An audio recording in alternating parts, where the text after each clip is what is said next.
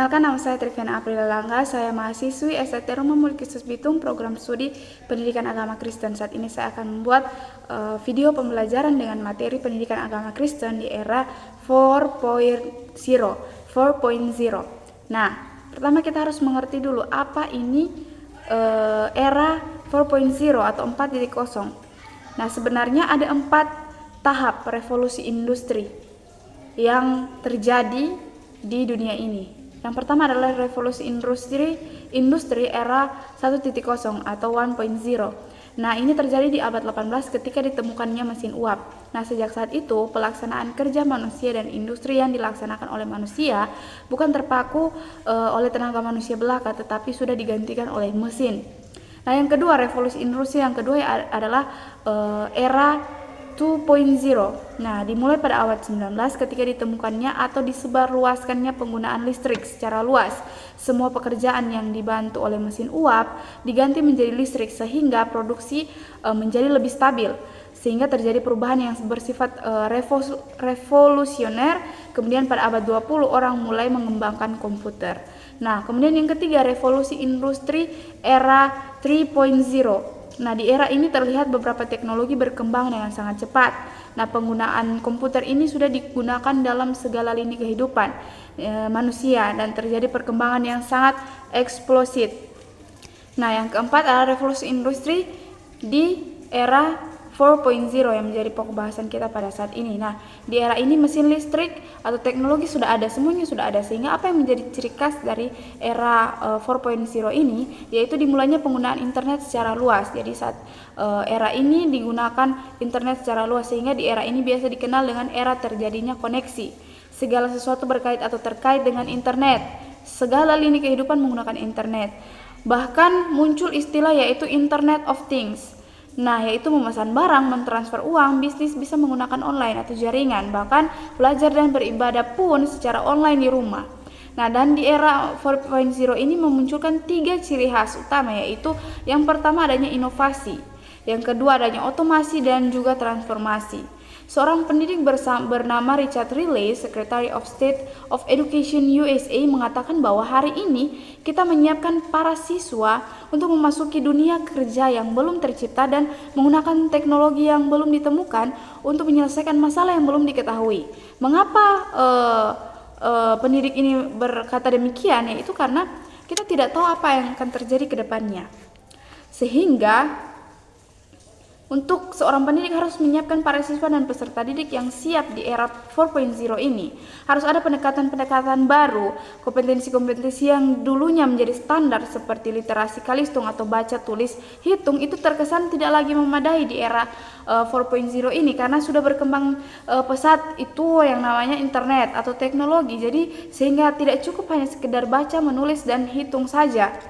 Harus ada penambahan literasi baru, yaitu yang pertama literasi data, kemampuan seseorang untuk membaca, menganalisa, dan menggunakan informasi dunia digital.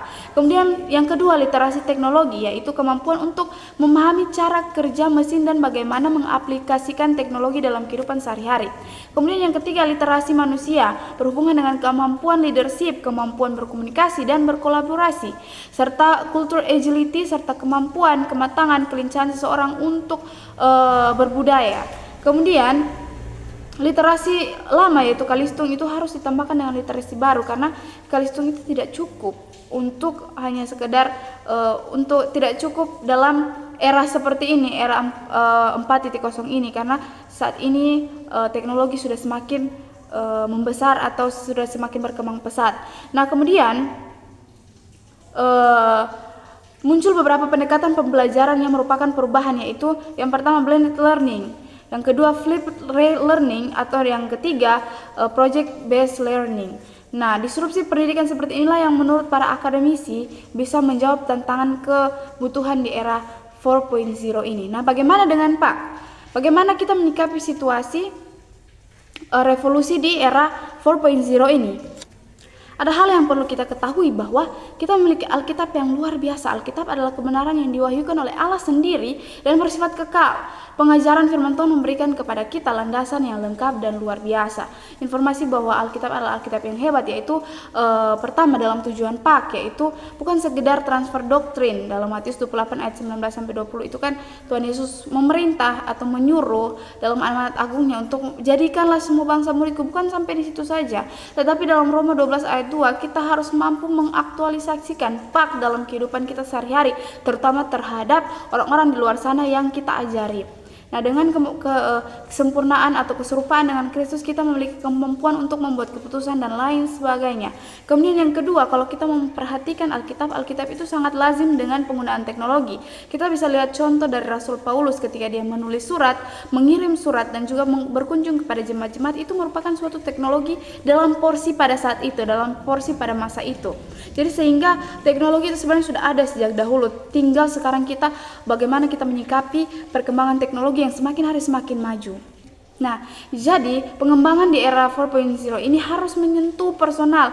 Jadi Alkitab itu memberikan pengajaran supranatural.